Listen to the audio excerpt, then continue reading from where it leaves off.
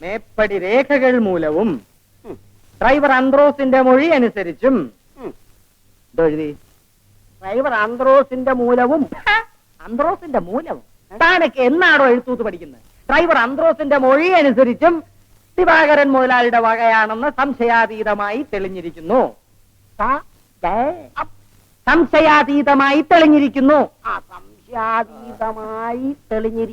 മേൽപ്പടി ലോറിയിൽ നിയമവിരുദ്ധമായി കടത്തിക്കൊണ്ടുവന്ന 50 ഗാലൻ സ്പിരിറ്റും മറ്റു സാധനങ്ങളും എഴുതിയോ?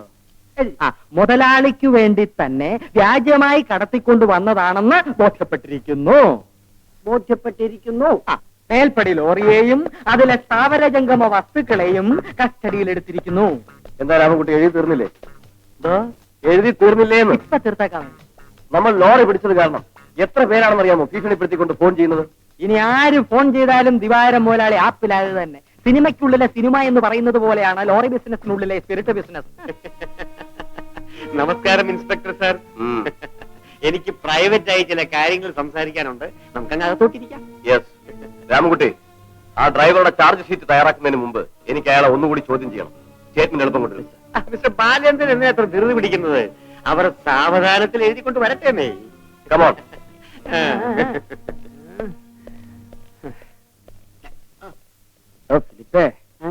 ഈ നേതാക്കന്മാരെ പോലെ ഉള്ളവന്മാരെ എന്ത് ചെയ്യണമെന്ന് അറിയാമോ?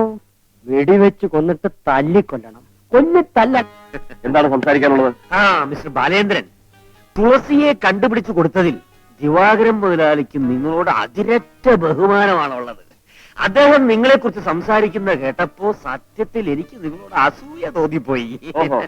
ഇതാണോ പ്രൈവറ്റ് കാര്യം? അല്ലല്ല, നിങ്ങളെ കുറിച്ച് മിനിസ്റ്ററോട് സംസാരിച്ച കാര്യമാണ് പ്രൈവറ്റ്. മിനിസ്റ്ററോട്?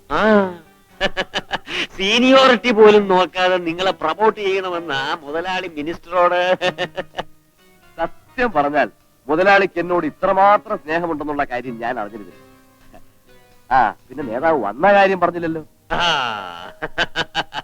ഒരു കാര്യം ഞാൻ മുതലാളിയോട് ഏറ്റിട്ടാ ഇങ്ങോട്ട് വന്നിരിക്കുന്നത്. ഒന്ന് ഫോൺ ചെയ്താൽ മതിയായിരുന്നു. അയ്യോ, മുതലാളിക്ക് വേണ്ടി പലരും എനിക്ക് ഫോൺ ചെയ്തിരുന്നു. എന്നിട്ട് മിസ്റ്റർ ദാസിനോട് പറയാൻ പോകുന്ന മറുപടിയാണ് ഞാൻ അവരോടും പറഞ്ഞത്. എന്ത് മറുപടി? സ്പിരിറ്റ് ലോറി പിടിച്ചതിനെ കുറിച്ച് മാത്രം എന്നോട് സംസാരിക്കരുത്. മിസ്റ്റർ ബാലേന്ദ്രൻ, തുളസിയുടെ കേസിൽ ദിവാകരൻ മുതലാളിയെ ഒരു രക്ഷകർത്താവായിട്ടാണ് ഞാൻ കണ്ടത്. പക്ഷെ ഈ കേസിൽ അയാൾ രാജ്യദ്രോഹിയായ ഒരു ക്രിമിനലാണ്. ഞാൻ പറയുന്നു ഒന്ന് ക്ഷമയോടെ കേൾക്കൂ. ലോറി വാടകയ്ക്ക് കൊടുത്തത് മാനേജരാണ്. ദിവാകരൻ മുതലാളി അത് അറിഞ്ഞിട്ടേയില്ല. പച്ചക്കള്ളം. ആ ഡ്രൈവർ മൊഴി വന്നിരിക്കുന്നത് ദിവാകരൻ മുതലാളിയുടെ മെയിൻ ബിസിനസ് സ്പിരിറ്റ് കടത്തലാണെന്നാണ്. ഇതേ ലോറിയല്ലേ ഇൻസ്പെക്ടർ ജോൺ പിടികൂടിയത്? അങ്ങനെ ഒരു സംഭവം ആദ്യമായിട്ടാണ് ഞാൻ കേൾക്കുന്നത്. അടുത്ത ദിവസം ഇൻസ്പെക്ടർ ജോണിന് എന്ത് സംഭവിച്ചു എന്നും ആദ്യമായിട്ടാണോ കേൾക്കുന്നത്? മിസ്റ്റർ ബാലേന്ദ്രൻ എന്തൊക്കെയാണ് ഈ പറയുന്നത്? എനിക്ക് പറയാനുള്ളതൊന്നും പറയാറായിട്ടില്ല. തെളിവുകൾ കിട്ടിക്കൊണ്ടിരിക്കുന്നതേ ഉള്ളൂ. നിങ്ങൾ തെറ്റിദ്ധാരണ കൊണ്ട് എടുത്തു ചാടരുത്. നല്ല ഭാവിയുള്ള ഉദ്യോഗസ്ഥനാണ് നിങ്ങൾ. ചിലപ്പോ ചില അഡ്ജസ്റ്റ്മെന്റ് ഒക്കെ വേണ്ടി വരും. ഈ കേസ് നിങ്ങൾ സീരിയസ് ആക്കരുത്. ഞാൻ ചാർജ് ഷീറ്റ് തയ്യാറാക്കി കഴിഞ്ഞു. ഈ ചാർജ് ഷീറ്റ് എന്ന് പറയുന്നത് നമ്മൾ എഴുതി ഉണ്ടാക്കുന്നതല്ലേ? അതങ്ങ് വലിച്ചേറി കളയണം, അല്ലാതെ എന്തുവാ? അതിനെന്നെ കിട്ടുകയില്ല. നിങ്ങൾ പറയുന്നത് എന്റെ മനസാക്ഷിയെ വലിച്ചു കയറാനാണ്. രാഷ്ട്രീയക്കാരന്റെ ബീറ്റ് നോട്ടീസ് അല്ല, പോലീസുകാരന്റെ ചാർജ് ഷീറ്റ്. നിങ്ങൾ ആവേശം കൊണ്ട് എടുത്ത് ചാടരുത്. ക്രിസ്തു ചെരുപ്പന്വേഷിച്ചിട്ടല്ലടോ കുരിശു ചുമന്നത്. എനിക്കൊന്നേ ചോദിക്കാനുള്ളൂ. ഞാൻ മുതലാളിയോട് എന്ത് പറയണം? വിലങ്ങനെ കൈനീട്ടാൻ കാലമെടുത്തെന്ന് പറ. കാലമെടുത്തത് ആർക്കാണെന്ന് നമുക്ക് കാണാം. I say you get out.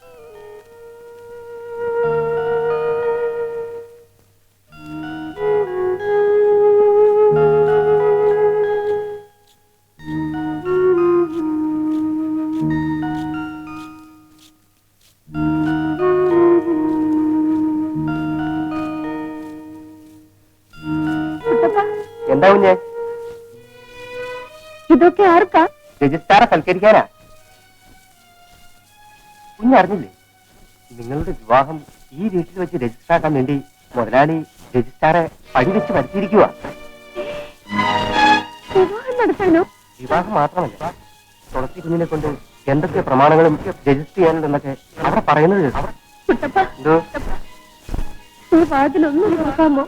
അയ്യോ, മുതലാളി എന്നെ കൊന്നുകളയും.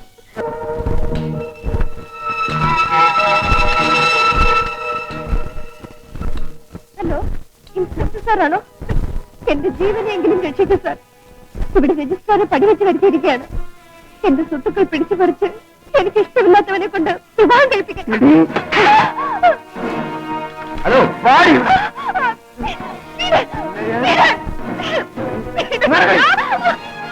Ramakutty, come on.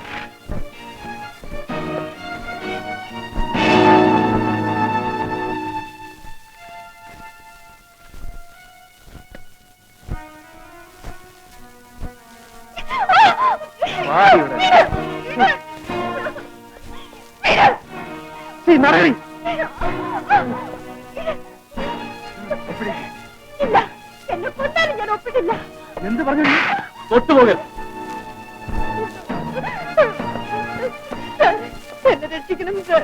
നിങ്ങൾ എന്തിനാ ഇവിടെ വന്നു? ഇതെന്റെ കുടുംബകാരിയാണ്.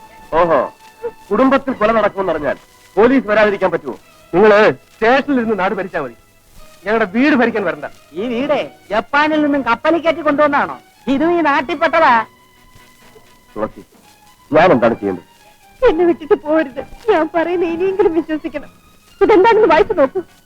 എന്റെ അച്ഛൻ ലക്ഷക്കണക്കിന് സ്വത്തുക്കൾ എന്റെ പേരിൽ എഴുതി വെച്ച വിൽപ്പത്രമാണ്. ഞാനൊന്ന് ആഭരണവും പണവും തട്ടിക്കൊണ്ടു പോയെന്ന് പറഞ്ഞപ്പോ നിങ്ങളത് വിശ്വസിച്ചില്ലേ? എന്റെ സ്വത്തിന് വേണ്ടി മാത്രമാണ് ഈ മനുഷ്യന് വിവാഹം കഴിക്കാൻ എന്നെ നിർബന്ധിക്കുന്നത്. നിന്റെ പണത്തിന് വേണ്ടിയല്ലടി ഈ കുടുംബത്തിന്റെ മാന്യത പോകാതിരിക്കാൻ. മാന്യതയോ? എന്റെ ഭർത്താവാകാൻ പോകുന്നതിന്റെ മാന്യതയാണ് ഈ കുപ്പിയിലിരിക്കുന്നത്. സാർ, എന്നെ മോളിൽ അടച്ചിട്ടിട്ട് ഈ അച്ഛനും മോനും വേശ്യകളെ കൊണ്ടുവരുന്ന വീടാണിത്. എനിക്കിനി ഒന്നും മറച്ചു വയ്ക്കാനില്ല. എന്നെ ഈ നരകത്തിൽ നിന്ന് രക്ഷിക്കാൻ പോലീസിന് പോലും അധികാരമില്ലെങ്കിൽ എനിക്കിനി ജീവിക്കണ്ട സാർ. എനിക്ക് ആരുമില്ല സാർ.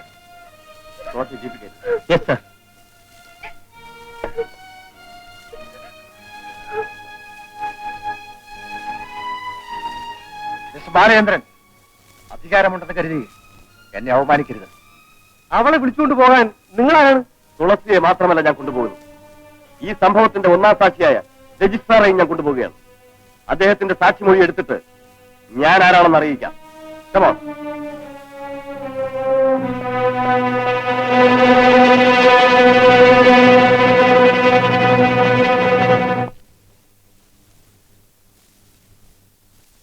എടി ശ്യാമളെ, എന്താ അമ്മേ നീ അവിടെ എന്തെടുക്ക? അമ്മേ, നല്ല രസമുള്ള ഒരു നോവൽ തുടങ്ങിയിരിക്കുക. എടി, എപ്പോഴും ഈ കഥയും വായിച്ചോണ്ടിരിക്കാതെ ഈ അടുക്കളയിലോട്ട് കയറി എന്തെങ്കിലും ഒന്ന് ചെയ്യാൻ പഠിക്ക്. അന്യ വീട്ടിൽ പോകാനുള്ളതാ. ഓ, അവിടെ അരിയും കറിയും വെക്കാൻ ആളില്ലാത്തോണ്ടായിരിക്കും എന്നെ അങ്ങോട്ട് കൊണ്ടുപോകുന്നത്. എത്ര ഡിഗ്രി എടുത്താലും പെൺപിള്ളേർ അടുക്കള പണി പഠിച്ചിരിക്കണം. അമ്മേ,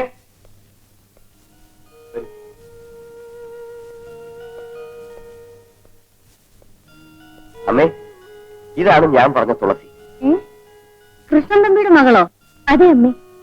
അമ്മേ, തുളസി വലിയൊരു അപകടത്തിൽ നിന്ന് രക്ഷപ്പെട്ടാണ് വന്നിരിക്കുന്നത്. എന്ത് പറ്റി മോനെ? എല്ലാം അവൾ പറയും.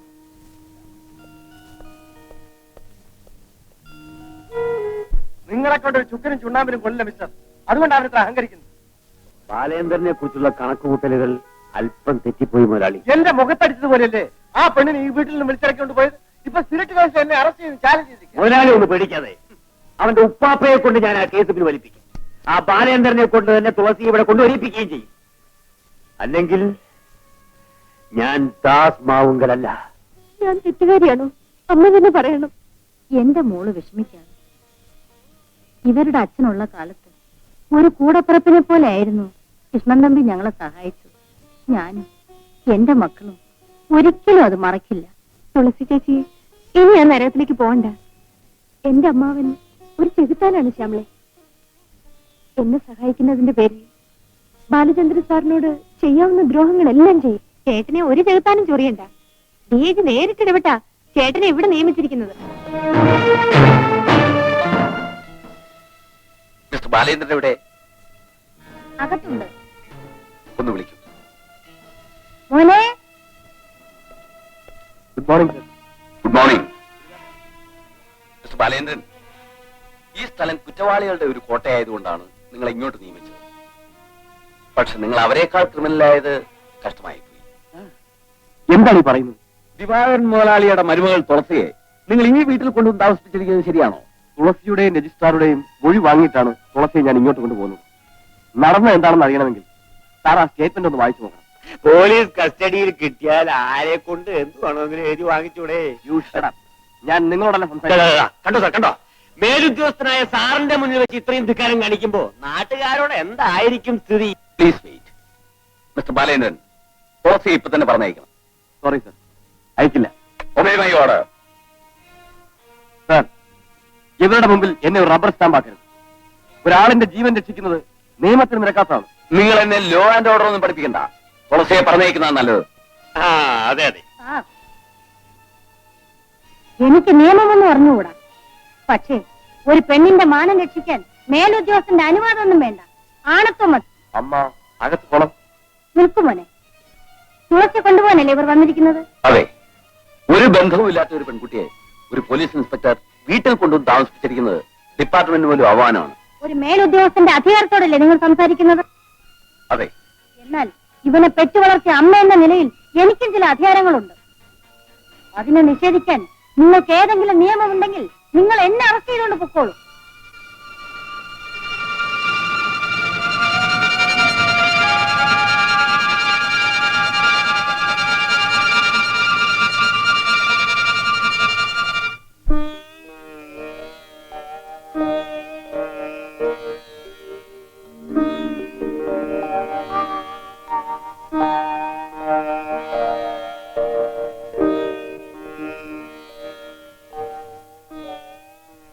വരൂ മോളെ.